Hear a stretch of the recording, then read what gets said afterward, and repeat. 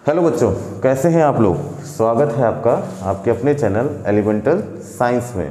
तो बच्चों, आज पहली बार हम आपके सामने फेस टू फेस लेक्चर लेके शुरुआत कर रहे हैं, जो कि है क्लास 11th का chapter number 5 states of matter. ठीक है, तो बच्चों लोग हम लोग को यहाँ पे जो है बेसिकली क्या क्या चीज़ें पढ़नी हैं उनके बारे में बात कर लेते हैं। यहाँ पे हमको बेसिकली बेसिक 5 लॉज के बारे में पढ़ना है, आइडियल गैस इक्वेशन के बारे में पढ़ना है, बिहेवियर पढ़ना है आइडियल गैस इक्वेशन और रियल गैस इक्वेशन का, और जो सबसे इम्पॉर्टेंट चीज़ है वो है यहाँ पे compressibility factor and van der वाल इक्वेशन। ठीक है, तो चलिए शुरू करते हैं इस चैप्टर को। ठीक है, आइए। तो अगर हम बात करें तो हमें पता है कि एक सबस्टांस अगर हमारे पास कोई भी है या अगर मैटर हमारे पास है, तो मैटर की बेसिकली जो बेसिक 3 स्टेट्स हैं वो कौन सी होती हैं? Solid, liquid and gas. कौन कौन सी स्टेट्स होती हैं? Solid, liquid and gas. लेकिन बच्चा हम लोग को यहाँ पे अभी इस साल क्लास 11th में हमें 2 स्टेट्स के बारे में पढ़ना है। कौन सी 2 स्टेट्स हैं? वो है liquid and gas. Solid state हम अगले क्लास के फर्स्ट चैप्टर माने क्लास 12th के फर्स्ट चैप्टर में पढ़ेंगे। ठीक है, तो चलिए शुरू कर लेते हैं अपने इस लेक्चर को। सबसे पहले कुछ पॉइंट्स हमने यहाँ पे लिख रखे हैं, उन पॉइंट्स के बारे में बात करेंगे। जैसे सबसे पहला पॉइंट हमने लिख रखा है, properties like ionization enthalpy, electron gain enthalpy, atomic और molecular size are the properties of individual atoms और मॉलिक्यूल्स। कहने का मतलब क्या है? कहने का मतलब ये है कि कुछ प्रॉपर्टीज ऐसी होती हैं जो कि इंडिविजुअल मॉलिक्यूल की या इंडिविजुअल एटम की ही होती हैं। ठीक है, जैसे कि अगर हम बात करें ionization enthalpy, electron gain enthalpy, अगर हम इन दो जो है प्रॉपर्टीज़, केमिकल प्रॉपर्टीज़ के बारे में बात करेंगे, तो ये दोनों केमिकल प्रॉपर्टीज़ हैं, ये बेसिकली सिर्फ किसी इंडिविजुअल एटम की होगी या एक इंडिविजुअल मॉलिक्यूल की कही जाएगी। ठीक है, अब आयनाइजेशन एंथैल्पी क्या है बच्चा? आयनाइजेशन एंथैल्पी की अगर हम बात करें तो ionization enthalpy is the minimum amount of energy required for an atom to change it into ions in its free gaseous state। ठीक है, ध्यान रखना, अगर एक एटम लिया है हमने, ठीक है, उस एटम को हम किस तरीके की स्टेट में? गैसियस स्टेट में ले रहे हैं। गैसियस स्टेट में उस एटम को लेने के बाद वो एक आइसोलेटेड गैसियस एटम है और उसको हम उसके आयन में कन्वर्ट कर रहे हैं। कहने का मतलब उससे हमें एक इलेक्ट्रॉन, 2 इलेक्ट्रॉन, जितने इलेक्ट्रॉन हम निकाल सकते हैं उन इलेक्ट्रॉन्स का क्या कर रहे हैं? रिमूवल कर रहे हैं। तो ऐसे केस में हम कहेंगे आयनाइजेशन एंथैल्पी। ठीक है ना, ध्यान रखना, पहला इलेक्ट्रॉन रिमूव करेंगे तो वो कहलाएगी first ionization enthalpy. Second electron remove करने के लिए और ज़्यादा एनर्जी देनी पड़ेगी। ठीक है ना, पहली बार कम एनर्जी देंगे, दूसरी बार उससे ज़्यादा एनर्जी देंगे, तब जाकर हमारा दूसरा इलेक्ट्रॉन निकलेगा। क्यों निकलेगा? क्योंकि इफेक्टिव न्यूक्लियर चार्ज एटम का बढ़ जाता है। ठीक है, तो ये सारी बातें हम बाद में करेंगे। ठीक है, सबसे पहले हम जो शुरू करते हैं वो ये है कि कुछ प्रॉपर्टीज़ ऐसी होती हैं एटम्स की या मॉलिक्यूल्स की जो बेसिकली सिर्फ और सिर्फ डिपेंड करती हैं या बेसिकली इंडिविजुअल प्रॉपर्टीज़ होती हैं उन्हीं इंडिविजुअल एटम्स या मॉलिक्यूल्स की। लेकिन बेटा कुछ प्रॉपर्टीज़ ऐसी हैं जैसे कि pressure, volume, temperature, melting point, boiling point, ये ऐसी प्रॉपर्टीज़ हैं जो कि किसी भी इंडिविजुअल एटम की नहीं होंगी। ये बेसिकली एक ग्रुप ऑफ एटम्स या बेसिकली एक क्लस्टर ऑफ एटम्स या मॉलिक्यूल्स की प्रॉपर्टीज़ होती हैं। आप अगर किसी सबस्टेंस को बॉयल कर रहे हो, ठीक है, सपोज करते हैं हमने पानी लिया, पानी को बॉयल करना शुरू कर दिया, ठीक है, तो ऐसा नहीं होगा कि हम एक इंडिविजुअल पानी के एटम को बॉयल कर सकते हैं। हमें अगर पानी को बॉयल करना है तो हम एक क्लस्टर ऑफ H2O मॉलिक्यूल्स को बॉयल करेंगे या बेसिकली एक large number of H2O molecules को बॉयल करेंगे। और इसीलिए जो बॉइलिंग पॉइंट है वो किसी भी एटम या मॉलिक्यूल की इंडिविजुअल प्रॉपर्टी नहीं है, जबकि ये बहुत सारे एटम्स के या collection of large number of atoms की या मॉलिक्यूल्स की प्रॉपर्टी होगी। ठीक है कि नहीं? तो हम यहाँ पे बेसिकली जो जिन प्रॉपर्टीज़ के बारे में पढ़ेंगे एटम्स के, वो बेसिकली बेसिक जो 3 प्रॉपर्टीज़ हैं वो हैं प्रेशर, वॉल्यूम, टेम्परेचर। ठीक है ना, इन 3 प्रॉपर्टीज़ के ऊपर बहुत बेसिकली हम ध्यान देने वाले हैं और इन्हीं प्रॉपर्टीज़ के बेसिस पे हम बहुत सारी चीज़ें आगे सीखने वाले हैं। किनके लिए? गैसेस और लिक्विड्स के लिए। सबसे पहले जब हम शुरू करेंगे तो हम शुरू करेंगे गैसेस से। ठीक है, गैसेस के बारे में जो है पढ़ना शुरू करेंगे, गैसेस के लॉस पढ़ेंगे और इसके बाद हम लास्ट में इस चैप्टर के थोड़ा सा लिक्विड के बारे में जानने की कोशिश करेंगे। ठीक है, अब अगर हम आगे बात करते हैं तो हमको पता है कि एक सिंगल सबस्टांस ही, एक ही सबस्टांस अलग अलग स्टेट में पाया जा सकता है, अलग अलग स्टेट ऑफ मैटर में पाया जा सकता है अगर हम प्रेशर, टेम्परेचर एंड वॉल्यूम की कंडीशंस को क्या कर दें, डिफरेंट कर दें। ठीक है ना।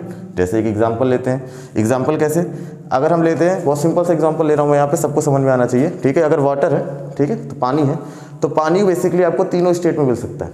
वाटर आपको तीनों स्टेट्स में मिलेगा, सॉलिड स्टेट में in the form of ice, liquid state में आपको पता है पानी के जैसे मिलेगा। और अगर हम पानी को गर्म कर देते हैं, वाटर को क्या करते हैं, गर्म करते हैं, बॉयल करना शुरू करते हैं, तो ऐसे केस में water will change into water vapour. तो कहने का मतलब ये है कि मैटर के डिफरेंट स्टेट्स पे डिफरेंट फिजिकल कंडीशंस हो सकती हैं। ठीक है कि नहीं। अगर हम फिजिकल कंडीशंस चेंज करेंगे, जैसे प्रेशर, टेम्परेचर और वॉल्यूम, इन तीनों वैल्यूज़ को हम क्या करते हैं, अगर हम डिफरेंट करते जाएंगे, चेंज करते जाएंगे, तो ऐसे केस में मैटर अपनी स्टेट बदल सकता है। लेकिन ये भी ध्यान रखने वाली बात है कि कोई ऐसे सबस्टांस भी हो सकते हैं या ऐसे सबस्टांसेस भी होते हैं जिनके सेम टेम्परेचर पे या बेसिकली सेम गिवन टेम्परेचर और प्रेशर पे तीनों स्टेट्स पॉसिबल होती हैं। ठीक है। जैसे अगर हम बात करें तो वाटर की आइस है ना, लिक्विड स्टेट में वाटर और वेपर, ये तीनों स्टेट एक ही टेम्परेचर प्रेशर पे या एक ही टेम्परेचर प्रेशर की कंडीशन पे हम ला सकते हैं। इन तीनों जो है स्टेट्स को हम एक ही पॉइंट पे ले सकते हैं, और ऐसे टेम्परेचर को हम कहेंगे ट्रिपल पॉइंट। तो बेटा ये जो पहला आपका टॉपिक था, ये सबसे इंपॉर्टेंट टॉपिक से हम शुरू कर रहे हैं। ट्रिपल पॉइंट क्या है? Triple point is the temperature at which the three states of substances exist together. ठीक है ना। एक ही सबस्टांस की तीनों स्टेट्स, एक ही सबस्टांस की तीनों स्टेट्स एक ही टेम्परेचर पे एग्जिस्ट कर सकती हैं, और इस टेम्परेचर को हम बोलेंगे ट्रिपल पॉइंट। क्या बोलेंगे बेटा? Triple point. ठीक है। आगे की बात शुरू करते हैं बेटा। तो अगर हम बात करें तो हम ये कहते हैं कि डिफरेंट सबस्टांसेस की फिजिकल प्रॉपर्टीज अलग अलग होती हैं। लेकिन ऐसा क्यों होता है? इसके बारे में किसी ने कभी सोचा है? इसका आंसर मैं आपको दे देता हूँ अभी। ठीक है। क्या है कि फिजिकल प्रॉपर्टीज डिफरेंट सबस्टांसेस की अलग अलग इसलिए होती हैं क्योंकि उनके बीच का इंटरमॉलिक्यूलर फोर्स ऑफ अट्रैक्शन अलग अलग होता है। ठीक है कि नहीं। अलग अलग सबस्टांसेस अलग अलग तरीके के इंटरमॉलिक्यूलर फोर्स ऑफ अट्रैक्शन के साथ अपने एक दूसरे मॉलिक्यूल्स को, एटम्स को एक दूसरे के साथ बाइंड करके रखते हैं। बाइंड करने का मतलब जोड़ के रखना, भागने नहीं देना है। ठीक है कि नहीं। आगे की बात करते हैं। तो अगर हम बात करें तो ये आप बचपन से पढ़ते आ रहे हो, 5th-6th क्लास से आपको पढ़ाया जाता है कि सॉलिड के अंदर जो इंटरमॉलिक्यूलर फोर्स ऑफ अट्रैक्शन होता है वो सबसे ज़्यादा होता है। क्या होता है? सॉलिड के अंदर जो इंटरमॉलिक्यूलर फोर्स ऑफ अट्रैक्शन होता है वो सबसे ज़्यादा होता है। पार्टिकल सबसे क्लोजली पैक्ड होते हैं, और इसीलिए हमने यहाँ पे देखो जो सॉलिड स्टेट का हमने एक छोटा सा डायग्राम बनाया है, उस डायग्राम में हमने क्या दिखाया है कि बहुत सारे एटम्स या मॉलिक्यूल्स एक दूसरे के साथ क्लोजली पैक्ड हैं और इनके बीच का डिस्टेंस बहुत ही कम है। ऐसे केस में हम ये कहेंगे कि डिस्टेंस जितना कम होगा इंटरमॉलिक्यूलर फोर्स ऑफ अट्रैक्शन उतना ही ज़्यादा होगा। तो यहाँ पे हम आपको एक चीज़ समझा देते हैं कि हमेशा याद रखिएगा कि force of attraction is always inversely proportional to intermolecular distance. किसके? इंटरमॉलिक्यूलर डिस्टेंस के। हमेशा जो फोर्स होगा, इंटरमॉलिक्यूलर फोर्स ऑफ अट्रैक्शन होगा, वो इंटरमॉलिक्यूलर डिस्टेंस के हमेशा कैसा होगा बेटा? इनवर्सली प्रोपोर्शनल होगा। जितना ज़्यादा इंटरमॉलिक्यूलर फोर्स ऑफ डिस्टेंस होगा, इंटरमॉलिक्यूलर डिस्टेंस होगा, उतना ज़्यादा ही फोर्स ऑफ अट्रैक्शन आपको, उतना कम आपको फोर्स ऑफ अट्रैक्शन देखने को मिलेगा। ठीक है। डिस्टेंस बढ़ाते जाएंगे तो फोर्स ऑफ अट्रैक्शन कम होता जाएगा। ठीक है कि नहीं। इसीलिए सॉलिड के पार्टिकल्स एक दूसरे के साथ बहुत ही क्लोजली बाउंड होते हैं। लिक्विड के पार्टिकल्स के बीच का इंटरमॉलिक्यूलर फोर्स ऑफ अट्रैक्शन क्या है? थोड़ा सा ज़्यादा होता है। ठीक है कि नहीं। थोड़ा सा दूर होते हैं पार्टिकल्स अगर सॉलिड के रिस्पेक्ट में बात की जाए, और ऐसे केस में जो इंटरमॉलिक्यूलर फोर्स ऑफ अट्रैक्शन है अगर वो देखा जाए तो सॉलिड के रिस्पेक्ट में कम हो जाता है। गैसेस के पार्टिकल्स और बहुत दूर होंगे। गैसेस के पार्टिकल्स क्या होते हैं? इनके बीच का जो डिस्टेंस होगा वो और दूर होगा। देखिए हमने यहाँ पे बनाया, यहाँ पे हमने पार्टिकल्स को और दूर कर दिया, और दूर कर दिया। इसका मतलब इनके बीच का जो फोर्स ऑफ अट्रैक्शन है वो बहुत कम होगा। ठीक है कि नहीं। इसीलिए सॉलिड्स का शेप और वॉल्यूम दोनों डेफिनेट होता है। गैसेस का ना शेप ना ही वॉल्यूम डेफिनेट होगा। कहने का मतलब इनका ना ही शेप डेफिनेट होगा, ना ही वॉल्यूम डेफिनेट होगा। जिस भी कंटेनर में डालेंगे उस कंटेनर को पूरी तरीके से ये क्या कर लेंगे? सराउंड कर लेते हैं। लिक्विड का वॉल्यूम डेफिनेट होता है लेकिन शेप डेफिनेट नहीं होता है। जिस भी कंटेनर में आप रखते हैं, जिस भी शेप के कंटेनर में रखेंगे उस कंटेनर में या उस शेप में ही ये ढल जाते हैं। ठीक है। आगे की बात करते हैं बेटा। तो ये ध्यान रखें कि हमको बेसिकली जो सबसे पहला टॉपिक हमें इस चैप्टर में पढ़ना है वो बेस करता है सिर्फ और सिर्फ इंटरमॉलिक्यूलर फोर्स ऑफ अट्रैक्शन पे। ठीक है कि नहीं। पार्टिकल्स के बीच के जो इंटरमॉलिक्यूलर फोर्स ऑफ अट्रैक्शन है उनके बारे में ही बात करने वाले हैं हम। ठीक है। इंटरमॉलिक्यूलर फोर्स ऑफ अट्रैक्शन की अगर हम बात करें तो ऐसा नहीं है कि सिर्फ इंटरमॉलिक्यूलर फोर्स ऑफ अट्रैक्शन ही देखने को मिलेगा, पार्टिकल्स के बीच में, मॉलिक्यूल्स के बीच में रिपल्सन भी हो सकता है कि नहीं हो सकता है, ठीक है। लेकिन रिपल्सन को हम आज नहीं पढ़ेंगे, हम आज सिर्फ इसको पढ़ेंगे, इंटरमॉलिक्यूलर फोर्स ऑफ अट्रैक्शन को पढ़ेंगे। अगर हम बात करें तो ये ध्यान रखना कि इंटरमॉलिक्यूलर फोर्स ऑफ अट्रैक्शन किसी एक मॉलिक्यूल के डिफरेंट एटम्स के बीच में ही नहीं होता है, ये अलग अलग मॉलिक्यूल्स के बीच में भी हो सकता है। यहाँ पे क्वेश्चन आता है, बहुत ही सिंपल सा क्वेश्चन है लेकिन बहुत ही इंटरेस्टिंग सा क्वेश्चन है। क्या है क्वेश्चन? क्वेश्चन ये है कि हमें पता है कि एटम्स एक दूसरे के साथ कंबाइन करते हैं, तो कैसे कंबाइन करते हैं, क्यों कंबाइन करते हैं? कंबाइन इसलिए करते हैं क्योंकि वो स्टेबल हो सके, उनके ऑक्टेट पूरे हो सकें कि नहीं हो सके। बात सही कह रहा हूँ कि नहीं कह रहा हूँ? अगर आउटर मोस्ट शेल में किसी भी एटम के 8 इलेक्ट्रॉन्स हैं तो हमने अभी तक क्या पढ़ा है कि वो एटम कभी भी एक दूसरे एटम के साथ रिएक्शन नहीं करेगा अंडर डिफरेंट कंडीशंस, जैसे कि फ्लोरीन कभी कभी जेनन के साथ रिएक्ट कर लेता है, लेकिन वहाँ पे हम क्या करते हैं, उस तरीके की कंडीशंस बनाते हैं, ठीक है। लेकिन अगर हम बात करें, जैसे अभी हमने H2O का मॉलिक्यूल बनाया, किसका मॉलिक्यूल बनाया? H2O का मॉलिक्यूल बनाया, तो इसमें एक ऑक्सीजन है जिसने 2 हाइड्रोजन्स के साथ बॉन्डिंग कर ली है, इस तरीके से, ठीक है कि नहीं।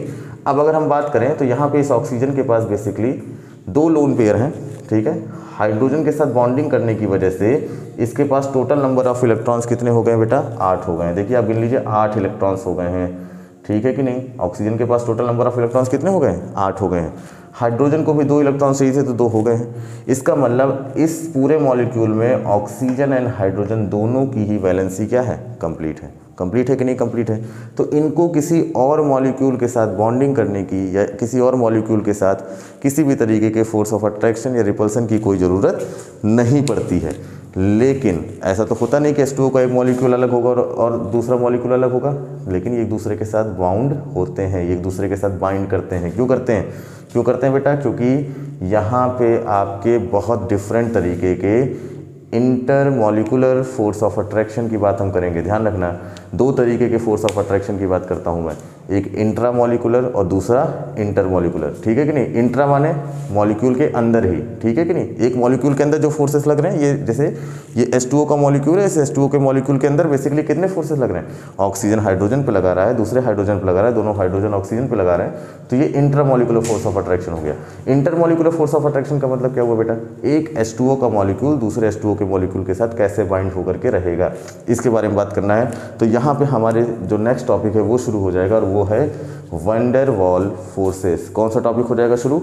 Van der Waals forces of attraction, ठीक है। तो अभी हम शुरू करेंगे van der Waals forces of attraction. नाम से समझ में आ रहा होगा कि एक साइंटिस्ट थे जिनका नाम था वैन डेर वाल, ठीक है। साइंटिस्ट थे जिनका नाम क्या था? वैन डेर वाल, ठीक है। तो इन्हीं के नाम पे कलेक्टिवली जितने तरीके के फोर्सेस थे, इनका नाम क्या दिया गया? Van der Waals forces. हम यहाँ पे बेसिकली टोटल 6 तरीके के फोर्सेस के बारे में बात करने वाले हैं। कितने तरीके के फोर्सेस के बारे में? 6 तरीके के फोर्सेस के बारे में, जो मॉलिक्यूल्स एक दूसरे के ऊपर लगाते हैं in order to bind each other, ठीक है कि नहीं। हाँ, तो बच्चों जैसे कि हम बात कर रहे थे वैन डेर वाल फोर्सेस के बारे में, किनके बारे में बात कर रहे थे? वैन डेर वाल फोर्सेस, या इनको हम इंटर मॉलिक्यूलर फोर्सेस भी कहते हैं, ठीक है।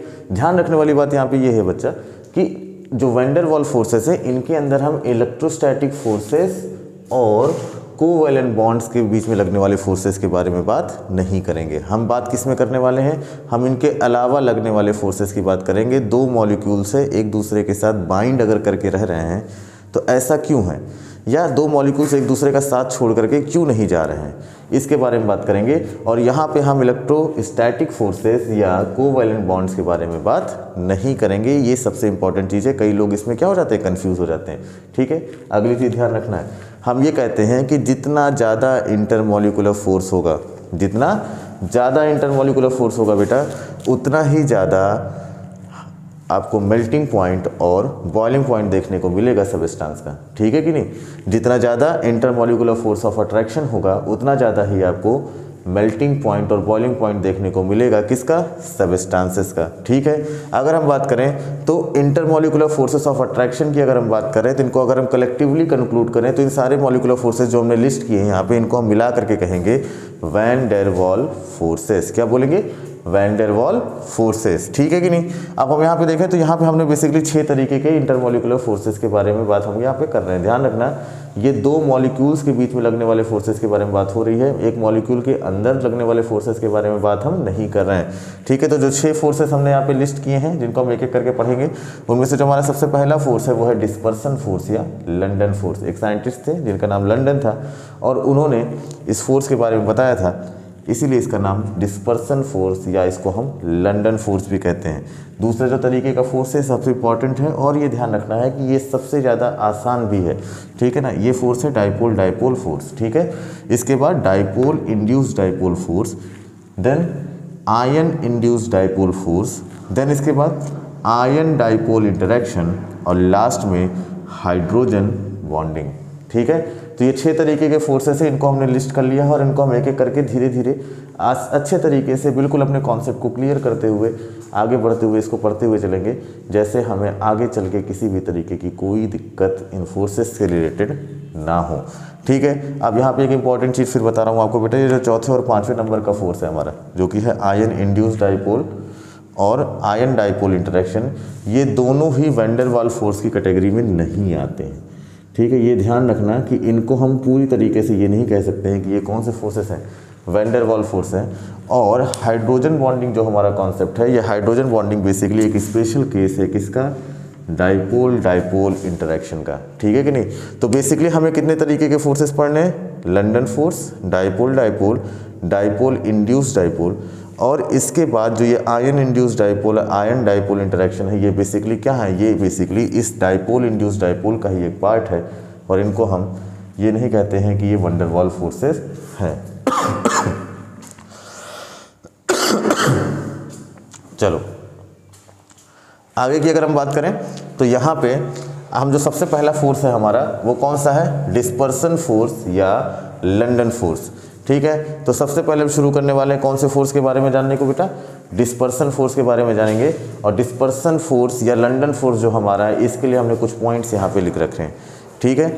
अगर हम यहाँ पे बात करें तो डिस्पर्सन फोर्स बेसिकली उन मॉलिक्यूल्स के बीच में लगता है, उन मॉलिक्यूल्स के बीच में लगेगा जो कि कैसे होंगे बेटा, जो कि होंगे नॉन पोलर। सबसे इंपॉर्टेंट चीज़ है बेटा आपके लिए कि उन मॉलिक्यूल्स के बीच में लगेगा जो कि कैसे होंगे, नॉन पोलर। अब देखिए मॉलिक्यूल्स 2 तरीके के हो सकते हैं, पोलर और नॉन पोलर, ठीक है। पोलर मॉलिक्यूल्स क्या हो, कैसे मॉलिक्यूल्स होंगे, जिनके अंदर पोलैरिटी जनरेट होगी या बेसिकली जिनके अंदर आपको पॉजिटिव और निगेटिव चार्ज देखने को मिलेगा। नॉन पोलर मॉलिक्यूल्स कैसे होंगे, ऐसे मॉलिक्यूल जिनके अंदर किसी भी तरीके की पोलैरिटी जनरेट नहीं होगी, ठीक है। अब अगर हम यहाँ बात करें तो जैसे हमने एक मॉलिक्यूल यहाँ पे ले लिया H2, ठीक है। तो ये देखो ध्यान रखो कि यहाँ पे एक हाइड्रोजन का एटम दूसरे हाइड्रोजन के एटम के साथ क्या कर रहा है, रिएक्शन कर रहा है। अब ऐसे केस में जो हमारा हाइड्रोजन का एटम है वो दूसरे हाइड्रोजन एटम के साथ जब रिएक्शन कर रहा है या बेसिकली H2 का मॉलिक्यूल बन रहा है, तो ऐसे केस में डिफरेंस ऑफ इलेक्ट्रोनिगेटिविटी आपको देखने को नहीं मिलेगा। क्यों नहीं मिलेगा, क्योंकि दोनों ही एटम्स किसके हैं, हाइड्रोजन के हैं। दोनों ही एटम किसके हैं बेटा, हाइड्रोजन के हैं। तो ऐसे केस में दोनों की इलेक्ट्रोनिगेटिविटी सेम होगी और ऐसे केस में कोई भी डिफरेंस देखने को आपको नहीं मिलेगा इलेक्ट्रोनिगेटिविटी में। और पोलैरिटी मॉलिक्यूल के अंदर तभी जनरेट होती है जब आपका इलेक्ट्रोनिगेटिव एटम एक दूसरे कम इलेक्ट्रोनिगेटिव एटम्स के साथ क्या करता है, इंटरैक्ट करता है या रिएक्ट करता है। तो ठीक है, तो सबसे बड़ी बात क्या है, हम क्या कहने वाले हैं कि जो हमारा डिस्पर्सन फोर्स है वो बेसिकली किस तरीके के मॉलिक्यूल्स के बीच में देखने को मिलेगा, नॉन पोलर मॉलिक्यूल्स के बीच में देखने को मिलेगा या दिखेगा मोनो एटॉमिक गैसेस के बीच में। किसके बीच में, मोनो एटॉमिक गैसेस। ऐसे गैसेस जो कि फ्री स्टेट में अपने एटॉमिक फॉर्म में ही पाए जाते हैं, जैसे कि आर्गन, हीलियम और नियॉन। ठीक है, तो इस चीज़ को ध्यान रखना है कि ज़्यादातर इनर्ट गैसेस कैसी गैसेस होती हैं जो कि आपके अपने कैसे फॉर्म में पाई जाएंगी, वो पाई जाएंगी हमेशा अपने मोनो एटॉमिक फॉर्म में, या बेसिकली हम कह सकते हैं कि अपने नॉर्मल सिंपल एटम के फॉर्म में देखने को मिलेंगी ये हमको। और ऐसे केस में हम ये कहते हैं कि इन्हीं मॉलिक्यूल्स, जैसे कि ये होमो एटॉमिक मॉलिक्यूल्स हैं N2O2H2, या इनको हम कहते हैं ये नॉन पोलर मॉलिक्यूल्स है, या मोनो एटॉमिक गैसेस जैसे कि आर्गन, हीलियम और नियॉन, इन्हीं के बीच में आपको देखने को मिलेगा लंदन फोर्स या डिस्पर्सन फोर्स। ठीक है, अब देखो ध्यान रखो कि यहाँ पे हम इस तरीके की बात क्यों कर रहे हैं कि इन्हीं मॉलिक्यूल्स के बीच में देखने को मिलेगा। हम इसलिए कह रहे हैं ये चीज़ क्योंकि ऐसे मॉलिक्यूल्स की अगर हम बात करें तो ऐसे मॉलिक्यूल्स इलेक्ट्रिकली कैसे होते हैं, सिमेट्रिकल होते हैं। इलेक्ट्रिकली सिमेट्रिकल होने का मतलब क्या है, इनका जो इलेक्ट्रॉन क्लाउड होगा एटम के चारों तरफ, ठीक है ना, ये न्यूक्लियस हो गया अगर हम मान लेते हैं, ये सेंटर में क्या हमारे न्यूक्लियस है, और इसके चारों तरफ जो हमारा इलेक्ट्रॉन क्लाउड होगा इन एटम्स के चारों तरफ। तो ऐसे जो मॉलिक्यूल्स हैं ये इलेक्ट्रिकली सिमेट्रिकल होंगे, और ऐसे केस में जब ये इलेक्ट्रिकली सिमेट्रिकल होंगे क्योंकि इनके न्यूक्लियस के चारों तरफ का जो इलेक्ट्रॉन क्लाउड होगा वो सिमेट्रिकली अरेंज होगा, तो ऐसे केस में ऐसे मॉलिक्यूल्स के ऊपर किसी तरीके का डायपोल मूवमेंट नहीं दिखेगा, किसी भी तरीके का डायपोल मूवमेंट नहीं दिखेगा। क्यों? क्योंकि मॉलिक्यूल्स कुछ इस तरीके के देखने को मिलेंगे कि ये सेंटर में अगर हम न्यूक्लियस मान लेते हैं और symmetrical distribution of electron cloud हम देखते हैं, तो ऐसे केस में हम ये कहते हैं कि जो हमारा मॉलिक्यूल है वो चारों तरफ से इलेक्ट्रॉन क्लाउड्स उसके जो हैं वो एक ही जैसे हैं, या एक ही तरीके के इलेक्ट्रॉन क्लाउड्स आपको देखने को मिलेंगे।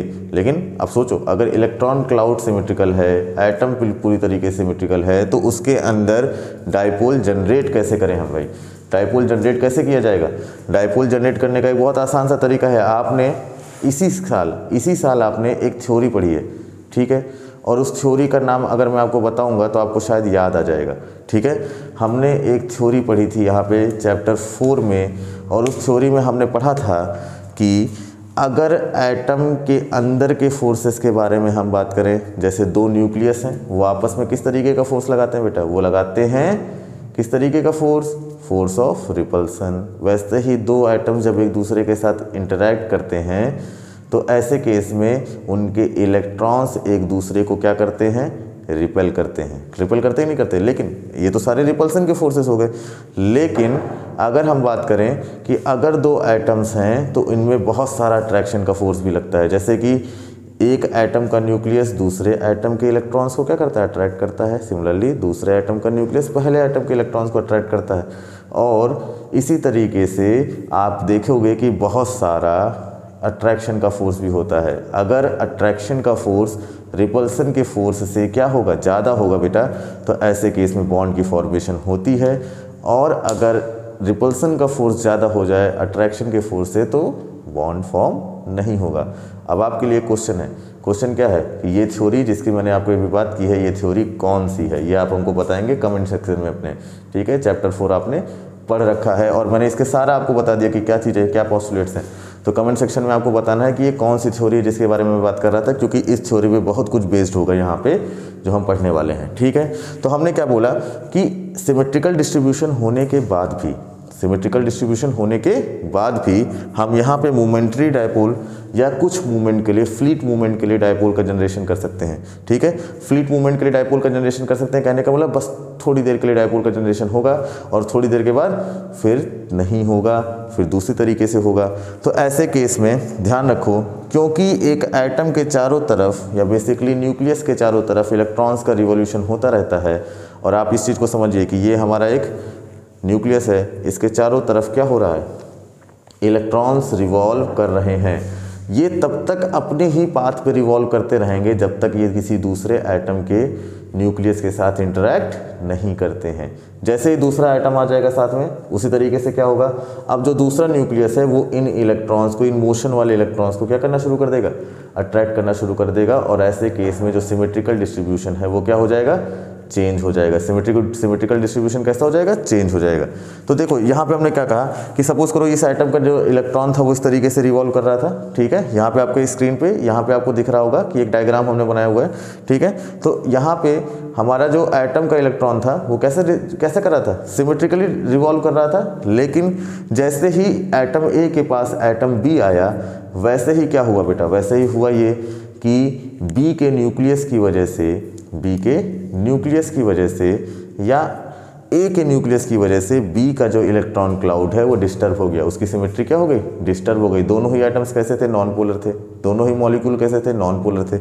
लेकिन दोनों के आपस में एक दूसरे के इंटरेक्शन के होने की वजह से इनके आसपास का जो इलेक्ट्रॉन क्लाउड था उसका डिस्ट्रीब्यूशन जो था वो डिस्टर्ब हो गया। और डिस्टर्ब होने की वजह से यहाँ पे मोमेंट्री डायपोल बना। इस तरीके की एरो, ध्यान रखिए, ये एरो जो हम बनाते हैं, इस एरो का मतलब क्या है? इस एरो का मतलब ये है कि इस साइड कैसा चार्ज बन गया है? पॉजिटिव चार्ज बन गया है। और इस साइड कैसा चार्ज बन गया है? निगेटिव चार्ज बन गया है। ध्यान रखिए, ये दो तरीके का हो सकता है, ठीक है। तो यहाँ पे हम क्या कह रहे हैं कि atom A with instantaneous dipole and atom B with induced dipole. ध्यान रखना, ए के अंदर इंस्टेंटेनियस डाइपोल बना है, किस वजह से बना है? क्योंकि इलेक्ट्रॉन मूव कर रहे थे, और क्योंकि एटम ए के अंदर डाइपोल बना, इसी वजह से एटम बी के अंदर भी, क्योंकि उसके पास था, उसके अंदर भी क्या जनरेट हो गया? डाइपोल जनरेट हो गया। मैं बार बार एक वर्ड का इस्तेमाल कर रहा हूँ, वो है डाइपोल। ठीक है, कई सारे बच्चों को नहीं पता होगा कि डाइपोल क्या होता है। तो डाई का मतलब बेटा, डाई का मतलब होता है 2, और पोल का मतलब क्या होता है? चार्ज। तो ध्यान रखना कि डाइपोल क्या होगा? डाइपोल का मतलब हो गया कि 2 equal and opposite charges, 2 equal and opposite charges अगर एक दूसरे से कुछ डिस्टेंस के लिए सेपरेट कर दिए जाएं, तो ऐसे केस में ये सिस्टम कहलाता है डाइपोल।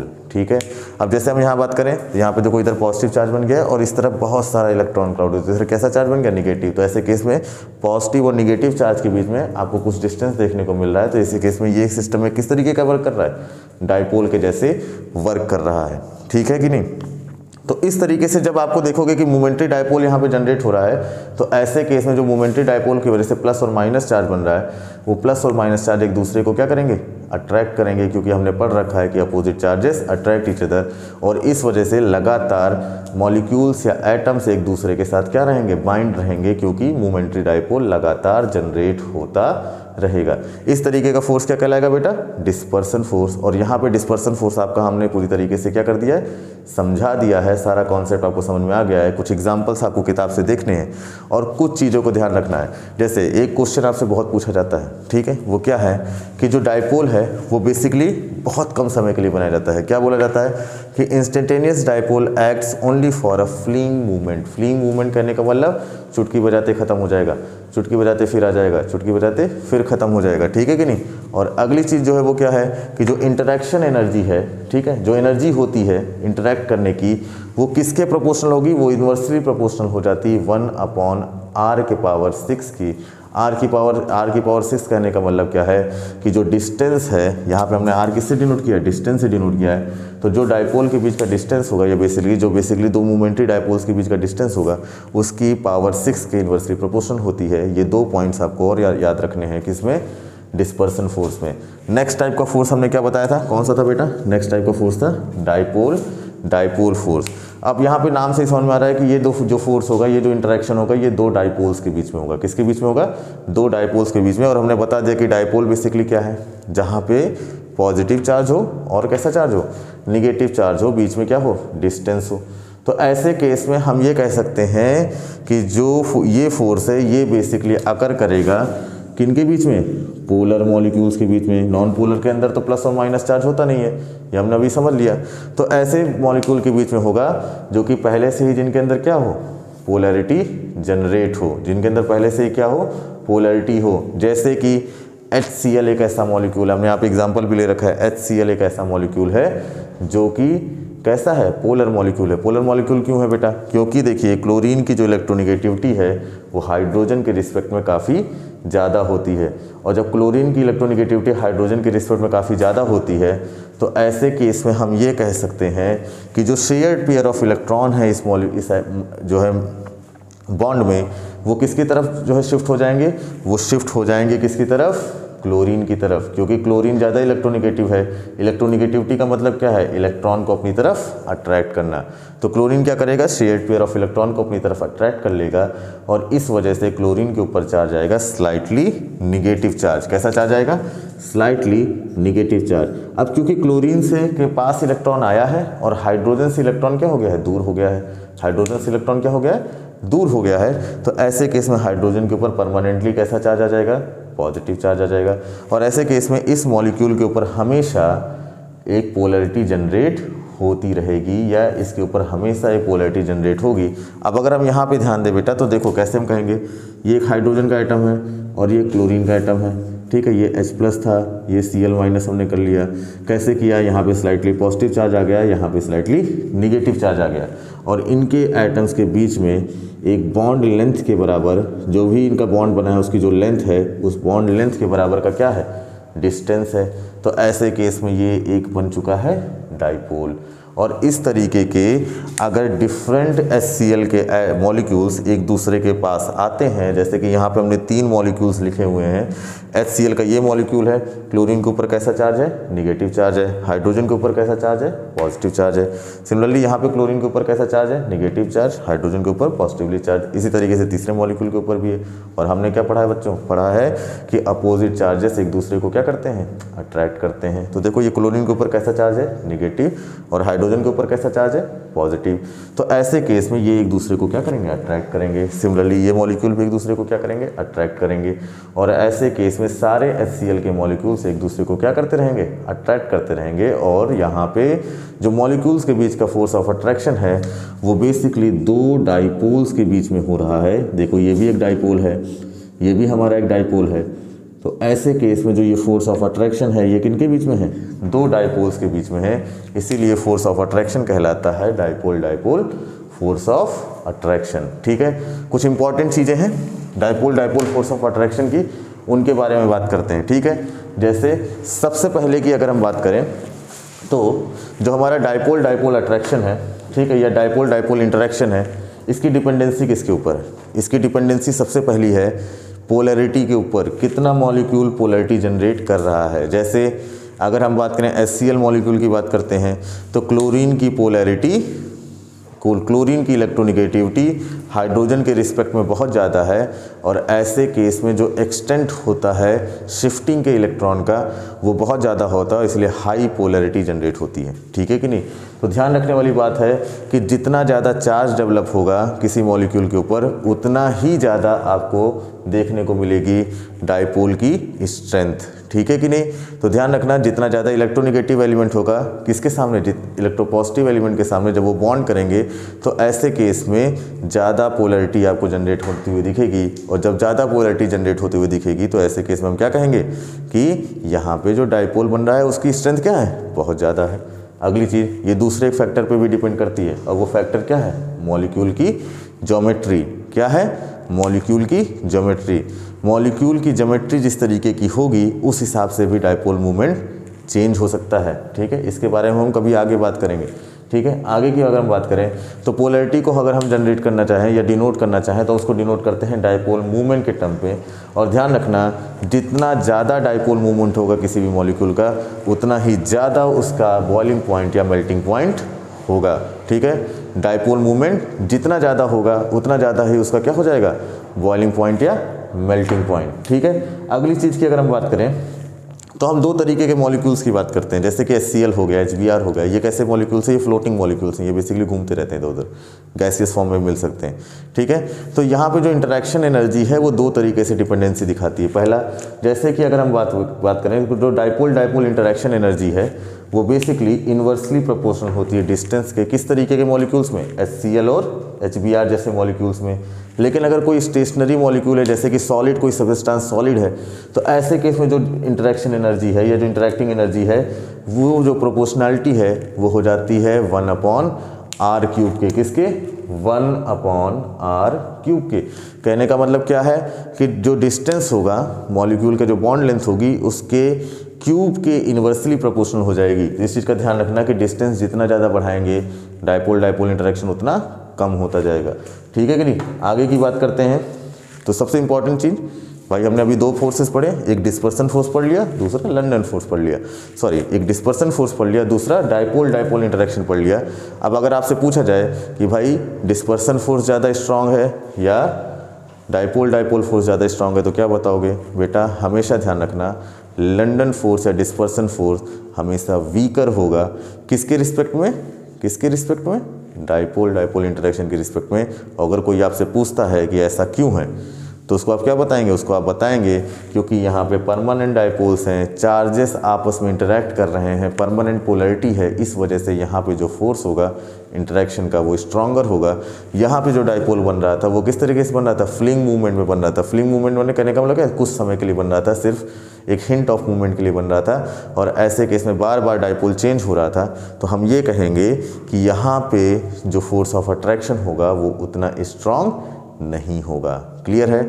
अगले फोर्स के बारे में बात करते हैं। अगला फोर्स हमारा है डाइपोल इंड्यूस्ड डाइपोल।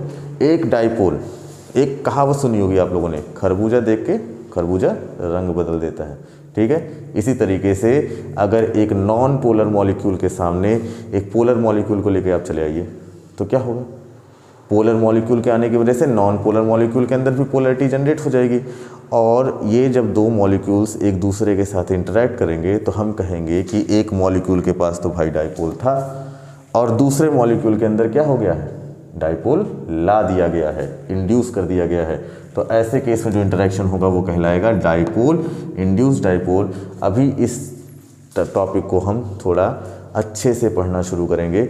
अभी मैंने आपको एक बेसिक आइडिया दे दिया है कि डाइपोल इंड्यूस डाइपोल क्या है। डाइपोल इंड्यूस डाइपोल ये है कि एक डाइपोल के होने की वजह से, एक पोलर मॉलिक्यूल के होने की वजह से दूसरे नॉन पोलर मॉलिक्यूल के ऊपर क्या हो जाएगा, डाइपोल जनरेट हो जाएगा या पोलरिटी जनरेट हो जाएगी, और ऐसे केस में इन दोनों के बीच में फोर्स ऑफ अट्रैक्शन लगेगा, जिस फोर्स ऑफ अट्रैक्शन को हम कहेंगे डाइपोल इंड्यूस डाइपोल इंटरेक्शन।